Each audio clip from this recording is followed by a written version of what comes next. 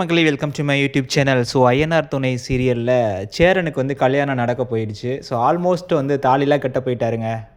கடைசியாக வந்து நிப்பாட்டிட்டானுங்க. எத்தனை தடவைடா இந்த கல்யாணத்தை நிப்பாட்டுவீங்க அப்படிங்கிற மாதிரி இருக்குது. ஸோ எனிவே வானவிலாம் அவங்க அம்மா அப்பாவெல்லாம் கூட்டிகிட்டு வந்திருந்தது. ஸோ பாண்டியனுக்குனா ஒரே ஆச்சரியம். ஏன்னா நிலாட்ட போயிட்டு நீங்கள் வாங்கி கொடுத்த சேரீலாம் நல்லா இருக்குது, உங்கள் சேரீலாம் நல்லா இருக்குது அப்படின்னு சொல்லிட்டு வானவி வந்து அவ்வளோ க்ளோஸாக வந்து எல்லாரோடையும் பேச்சப் ஆகி பயங்கரமாக பேசிகிட்டு இருந்தது.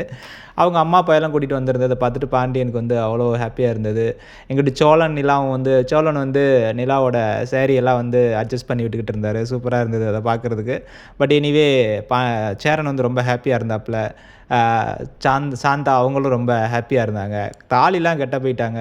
கட்ட போகும்போது சாந்தா அவங்களுடைய மாமா வந்து துப்பாக்கி எடுத்து ஷூட் பண்ணிவிட்டு வர ஆரம்பிச்சிட்டாரு. அடா பாவீங்களா, இப்போவும் இல்லாமல் போயிடுச்சா அப்படிங்கிற மாதிரி இருக்குது. ஸோ எனிவே அந்த சேரனோட அத்தை வந்து எப்பவும் போல், ஏன்டா துப்பாக்கி வந்து சுடுற பொண்ணை தான் நீங்கள் கல்யாணம் பண்ணுவீங்களா, உங்களை உடனே சுடுறது போல் எங்களை சுட்டுருந்தா நாங்கள் என்னடா பண்ணுறது அப்படின்னு சொல்லிட்டு ஒரு மாதிரியா மூஞ்சில் அடித்தது மாதிரி இப்போ சொல்லிட்டு போயிடுச்சு. ஸோ எனிவே பார்க்குறதுக்கு பாவமாக தான் இருந்துச்சு சேரனை.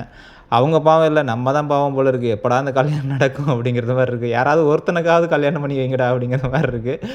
ஸோ எனிவே பார்ப்போம்.